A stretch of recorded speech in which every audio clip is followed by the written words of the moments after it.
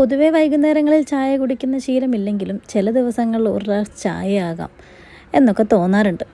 അങ്ങനെ ഇരുന്നപ്പോഴാണ് ചായ വെച്ചപ്പോൾ ചായക്ക് കൂടെ കടിക്കാനൊന്നുമില്ല.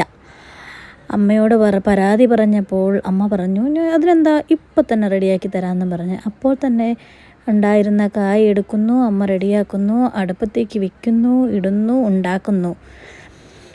എല്ലാം വളരെ പെട്ടെന്നായിരുന്നു കേട്ടോ.